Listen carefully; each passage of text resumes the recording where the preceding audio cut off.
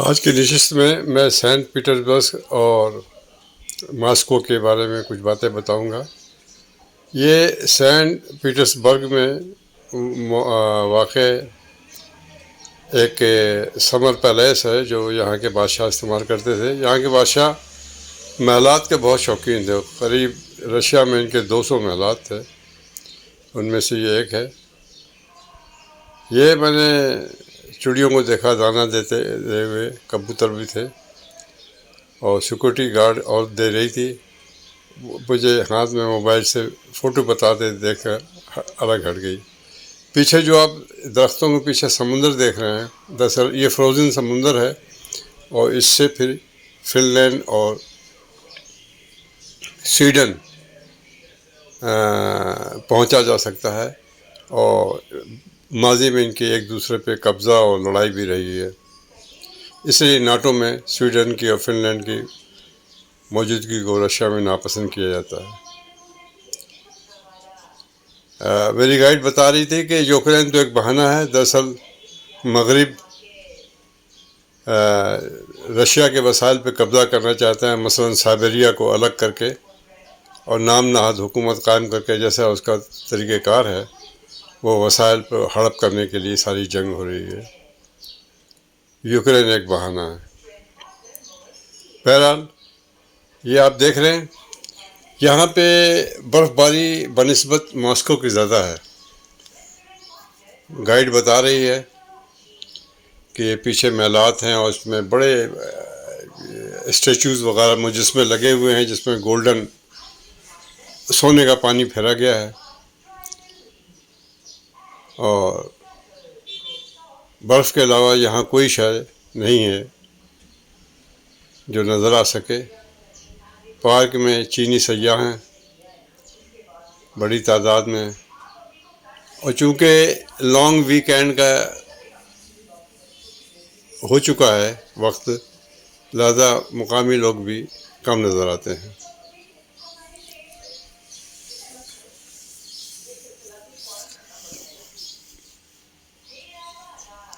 یہ آپ دیکھ سکتے ہیں،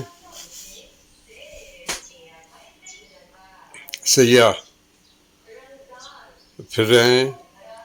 حلال کھانے کے لیے انڈین فوڈ ریسٹورنٹ کا رخ کرنا پڑتا ہے۔ دال موجود ہے، چاہے وہ سینٹ پیٹرزبرگ ہو یا ماسکو، دونوں شہروں میں انڈین ہوٹل حلال کھانا پرووائڈ کرتے ہیں۔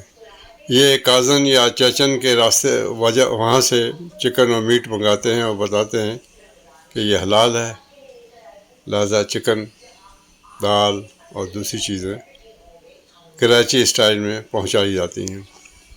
یہ سامنے سفید جو آپ دیکھ رہے ہیں پٹی، یہ دراصل اسکی کھیلنے کے لیے ہے۔ یہاں درختوں کو محفوظ کرنے کے لیے چاروں طرف سرکنڈے لپیٹ دیے جاتے ہیں تاکہ سردی سے محفوظ رہ سکیں، اور بہار کے آمد پہ پھر میں پھول اور شگوفے پھوٹیں گے۔ لیکن درختوں کو بڑی محنت سے، سینکڑوں ہزاروں درخت ہیں، ان کو اسی طرح محفوظ رکھا گیا ہے۔ سینٹ پیٹرزبرگ میں بہت اچھا مال دیکھا، جہاں کے صرف 2 قسم کے واش روم تھے۔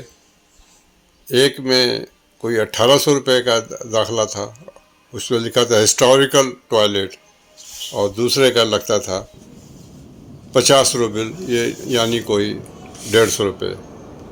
ہمارے 3 روپے ان کے 1 روبل کے برابر ہیں۔ یہ ماسکو شہر کا انڈر گراؤنڈ میٹرو اسٹیشن ہے، 35 میٹر نیچے ہے۔ اس کے اوپر ماسکو کا دریا ہے اور دریا کے نیچے میٹرو اسٹیشن ہے۔ ایٹمی جنگ کے خدشے کے پیش نظر اس میں لوگ پناہ بھی لیں گے، اس کا بھی انتظام ہے، کوئی لوہے کے گیٹ فالتو لگا دیے جائیں گے وغیرہ وغیرہ۔ بہت لمبی ان کی ایکسیلیٹر ہے، اور جس کے ذریعے نیچے ٹرین کا جال بچھا ہوا ہے۔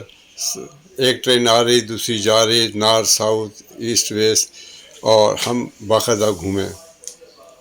ہوٹل میں صبح کا بریک فاسٹ کا ناشتہ ہے جو بہت اچھا ہوتا ہے، اپنی مرضی کے آپ ایک وغیرہ بھی بنوا سکتے ہیں، اور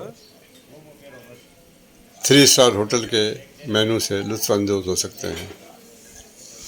آج کہاں جائیں گے؟ یہ رشیا کی یونیورسٹی ہے، بہت خوبصورت، رات کے وقت بقع نور بنی تھی۔ یہاں بجلی اور گیس کے کوئی ایسے خاص نہیں آتے، وہ چونکہ ریسورس مال ہیں۔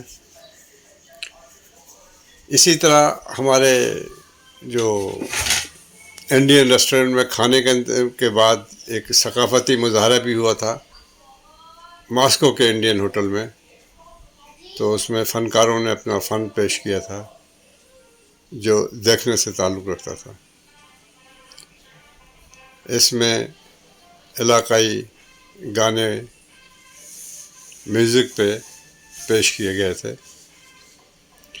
مزے کی بات ہے یہ لوگ ٹپ بھی نہیں لیتے۔ ماسکو میں ٹپ کا رواج نہیں ہے، بلکہ رشیا میں ٹپ کا رواج نہیں ہے۔ یہاں کوئی شخص کام کرنے کے بعد ٹپ کی امید نہیں رکھتا اور نہ ٹپ دیا جاتا ہے۔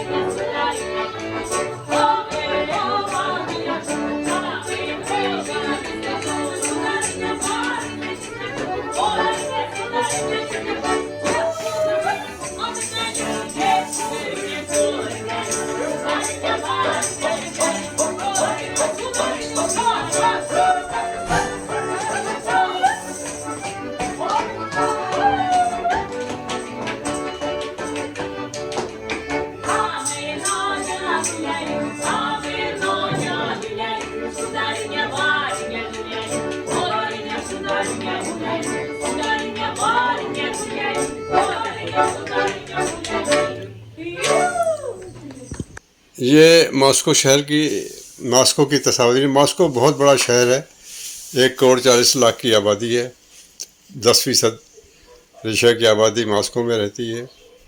یہاں اسکریپر کا رواج نہیں ہے، تھوڑے بہت بنے ہیں تو بہت اچھے بنے ہیں، لیکن یہاں کے عوامی ضروریات کے پیش نظر یہاں اپارٹمنٹس بنتے ہیں اور بڑے بڑے اپارٹمنٹس ہیں۔ اسکریپر جو آپ دیکھ رہے ہیں یہ رشیا میں کم ہی نظر آتے ہیں، کیونکہ لوگ ان کو پسند نہیں کرتے، بلکہ وہ ٹریڈیشنلی طور پہ پھیلے ہوئے رہتے ہیں۔ اس لیے ماسکو بہت پھیلا ہوا ہے۔ اس کے ایئرپورٹ پہ پہنچنا کافی وقت لگ جاتا ہے۔